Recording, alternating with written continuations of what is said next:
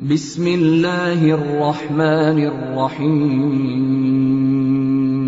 نکاح میں بس کچھ ہی دیر باقی تھی کہ دولہے کے ابا نے یہ بول کر سب کو حیران کر دیا کہ نکاح سے پہلے ہمیں گاڑی چاہیے، اور وہ بھی ہماری حیثیت کے مطابق۔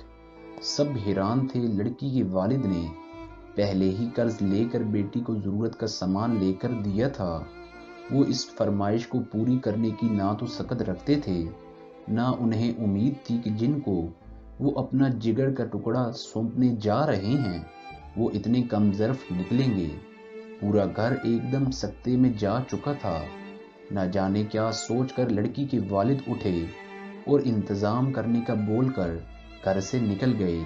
لڑکا اور اس کے والد بڑی خوشی اور رعونت سے سینہ تان کر بیٹھے یہ سوچ رہے تھے کہ کم از کم کرولا تو مل ہی جائے گی۔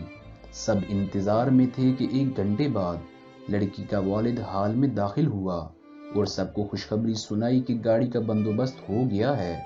یہ سن کر دولہا اور اس کے والد کی باتیں مزید پھیل گئیں اور انہوں نے کہا، چلیں پھر نکاح کی رسم ادا کر لیتے ہیں۔ لیکن لڑکی کے والد نے کہا، پہلے گاڑی دیکھ لیں، آپ کو پسند ہے؟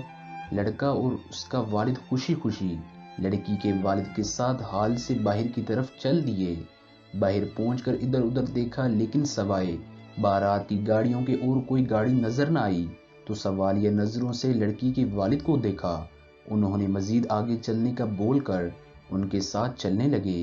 حال سے تھوڑے فاصلے پر ایک گدھا گاڑی کے پاس پہنچ والد رک گئے۔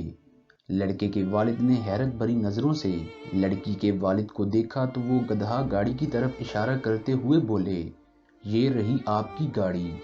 گدھا آپ کے پاس کھڑا ہے اور میرے خیال میں یہی گاڑی آپ کی حیثیت کے مطابق ہے۔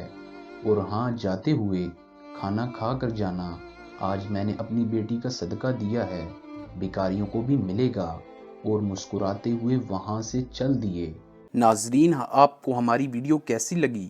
اس بارے میں اپنی قیمتی آراء سے ضرور آگاہ کیجیے گا۔ ویڈیو کو لائک، شیئر اور چینل کو سبسکرائب ضرور کیجیے گا۔